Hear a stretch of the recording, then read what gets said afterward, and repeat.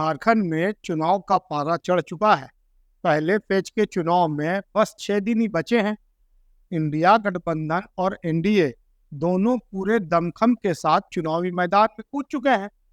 अब ऐसे में सवाल ये उठता है कि मुद्दों की लड़ाई कहाँ है। अब आप कहेंगे कि चुनाव है, बड़े नेता आएंगे, भाषण देंगे, लेकिन जरा गौर कीजिए, बीजेपी की रैलियों में विकास का मुद्दा कहीं गुम हो गया है। प्रधानमंत्री मोदी, गृह मंत्री अमित शाह और यूपी के मुख्यमंत्री योगी आदित्यनाथ सब एक ही बात कर रहे हैं, बचो घुसपैठियों से। सोचने वाली बात यह है कि झारखंड का बांग्लादेश से कोई बॉर्डर भी नहीं मिलता है, फिर ये घुसपैठ का डर क्यों? इस वीडियो को अंत तक देखें, हम बताएंगे पूरी कहानी। The news post for you को लाइक सब्सक्राइब जरूर कर लें।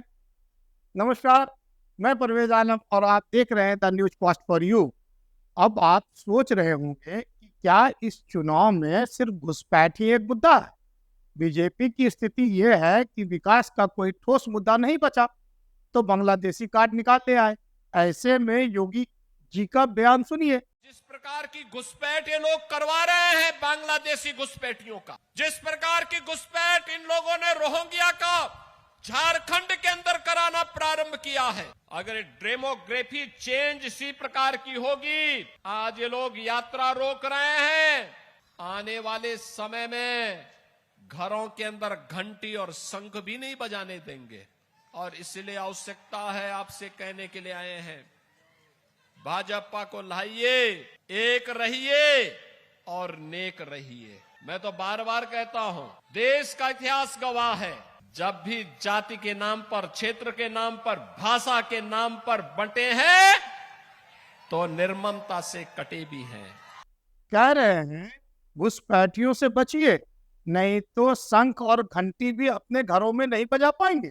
मोदी और शाह तो घुसपैठियों द्वारा माटी, बेटी और रोटी तक ही सीमित थे, तो क्या हर चुनाव में हिंदू मुसलमान का राग अलाप कर ही सत्ता हासिल की जाएगी? आपको नहीं लगता कि ये चुनावी चालें हैं जिसे हम और आपको समझनी होगी? जब खुलेआम सांप्रदायिक राजनीति हो रही है और चुनाव आयोग खामोश बैठा है जैसे धृतराष्ट्र हो। बांग्लादेशी घुसपैठियों के वोट पाने के लिए ये इन घुसपैठियों को पूरे झारखंड में बसा रहे हैं।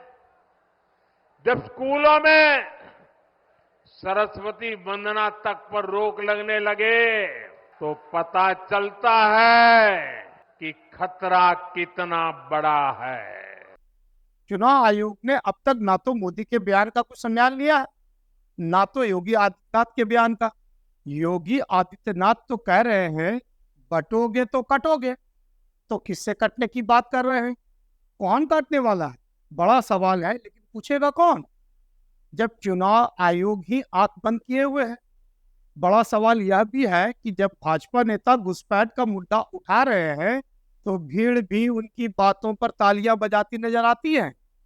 आखिर यह बड़े नेता जनता को इतना मूर्ख क्यों समझते हैं? क्या झारखंड बांग्लादेश की सीमा से सटा है? आपको याद दिलाते हैं कि जब बांग्लादेश में छात्र आंदोलन हुए थे और वहां की प्रधानमंत्री शेख हसीना को भागकर भारत आना पड़ा था, तो यही मोदी की सरकार ने शेख हसीना को भारत में शरण दिया। शेख हसीना को शरण देने वाले मोदी सरकार के इस रवैये पर आप क्या कहेंगे? क्या यह सिर्फ चुनाव तक मुद्दे रहते हैं? चुनाव खत्म, बात खत्म। एक बड़ा सवाल दोस्तों, बताना जरूरी है कि मोदी और शाह गुजरात की लॉबी किसी भी तरह एन कैन प्राकरेन झारखंड की सत्ता हासिल करना चाहती है, क्योंकि झारखंड ही वह राज्य है जहां खनिजों की भरमार है।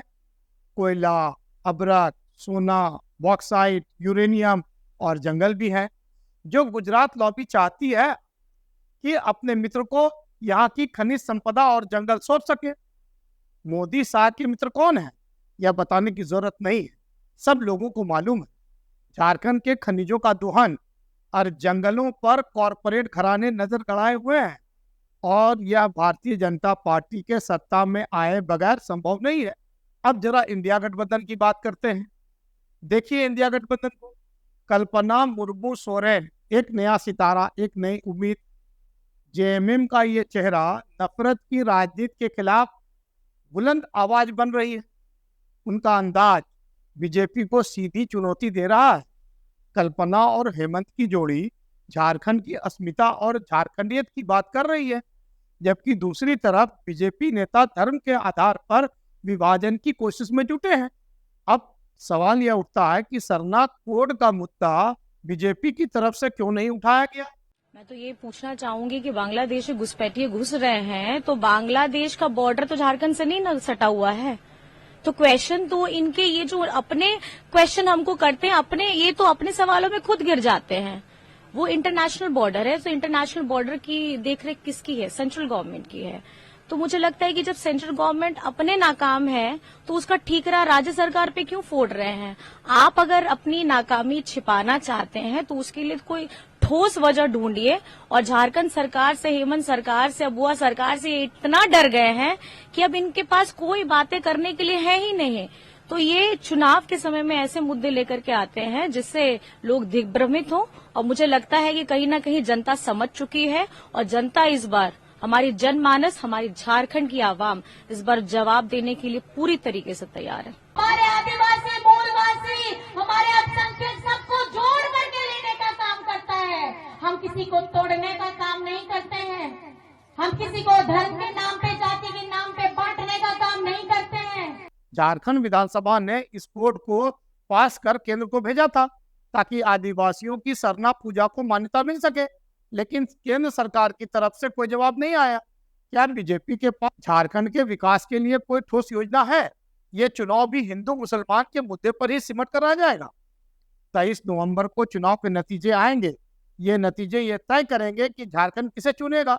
लेकिन बड़ा सवाल यह है कि क्या झारखंड की जनता इस बार नफरत की राजनीति को नकारेगी या इन लुभावनी बातों का शिकार हो जाएगी। तो दोस्तों, ये चुनाव सिर्फ एक मतदान नहीं, ये चुनाव तय करेगा कि झारखंड का भविष्य कैसा होगा। फैसला आपका है। झारखंड का भविष्य आपके वोट में छिपा है। आपको ये खबर कैसी लगी अपने कमेंट में जरूर बताएं, और अच्छी लगी हो तो लाइक और शेयर भी करें। अभी तक के लिए इतना ही। नमस्कार। जोहार।